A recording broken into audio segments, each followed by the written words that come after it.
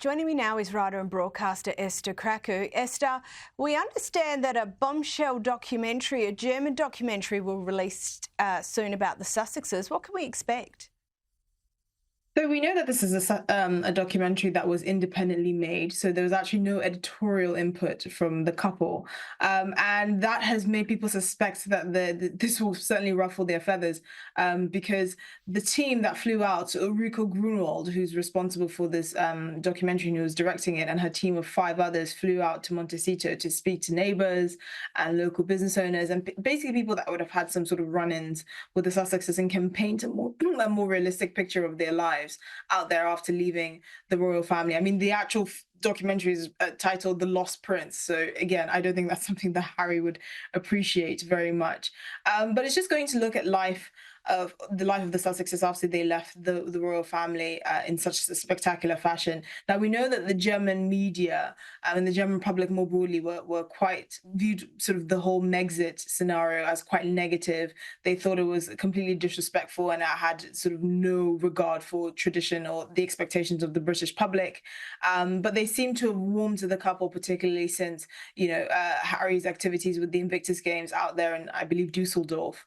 But again, this new documentary is going to shed a different light on the couple and their lives since moving to Montecito. Now, I'm not surprised the couple had no editorial input, because I'm pretty sure that if they did, they would want to present a certain image. I know that Meghan in particular is ready to release her sort of Netflix lifestyle series, something to do with her cooking. We know that she's been busy making jam, which is, groundbreaking stuff. I'm sure she's grateful to have left the royal family to do that.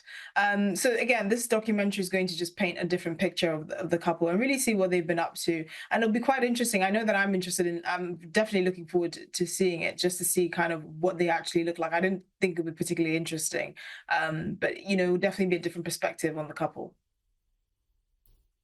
Speaking of jam, and we understand Meghan is still struggling to finalise her trademark for American Riviera Orchard. What's the latest and what's her plan B?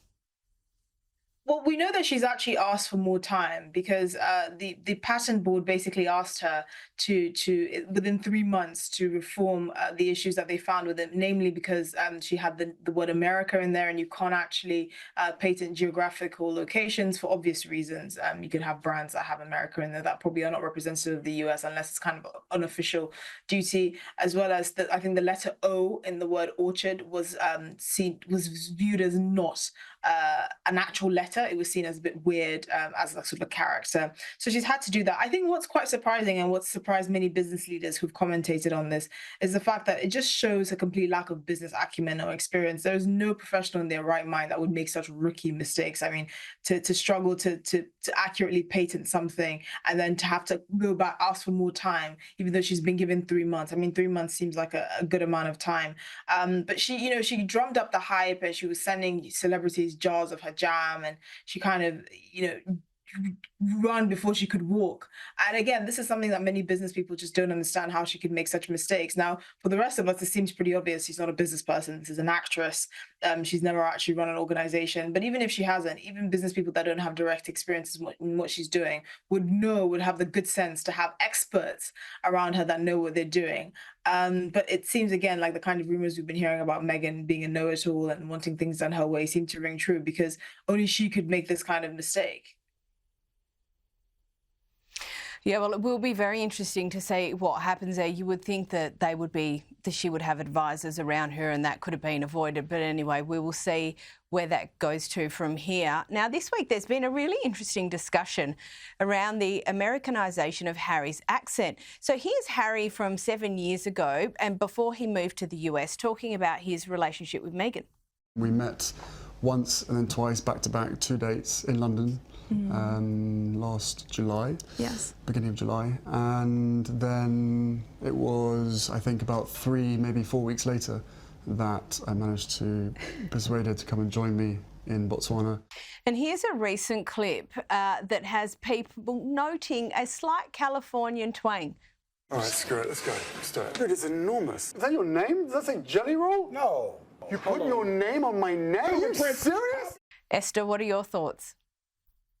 Yeah, I mean, it's not surprising that he's sort of mirrored the accent of the basically predominant population of where he is. I mean, I do think it's interesting. I think it actually, many people don't know that it probably stems from his princely training. And what I mean by that is, you know, when the princes were young and they were raised to kind of prep them for diplomatic duties and meeting foreign dignitaries and all the rest of the things that come with being a royal member of the royal family, they're often taught to mirror the person that they're meeting, not just in terms of posture, but usually in terms of tone, accent. And these are these kind of slight subtleties that really kind of make the person that you're being introduced to, though you're speaking to, feel at ease. And I suspect that's something that's going on here. He moved to Montecito when he was almost 40, so he has a very solidified British accent, but I think it's something that's innate in him, and it's something that he does to try and make the other person feel comfortable. I know he started using the word dude, which is different, and you know, you can just see a slight lax in the way that he speaks. He doesn't speak with the kind of clipped accent that we're usually used to, and of course I'm sure the influence of his children as well is quite prominent there, but I actually do think that this stems from his original training as someone who is effectively born and bred to meet dignitaries and to be a professional diplomat, to try and mirror the person that he's meeting, to try and put them at ease. And I think that's what we're seeing here.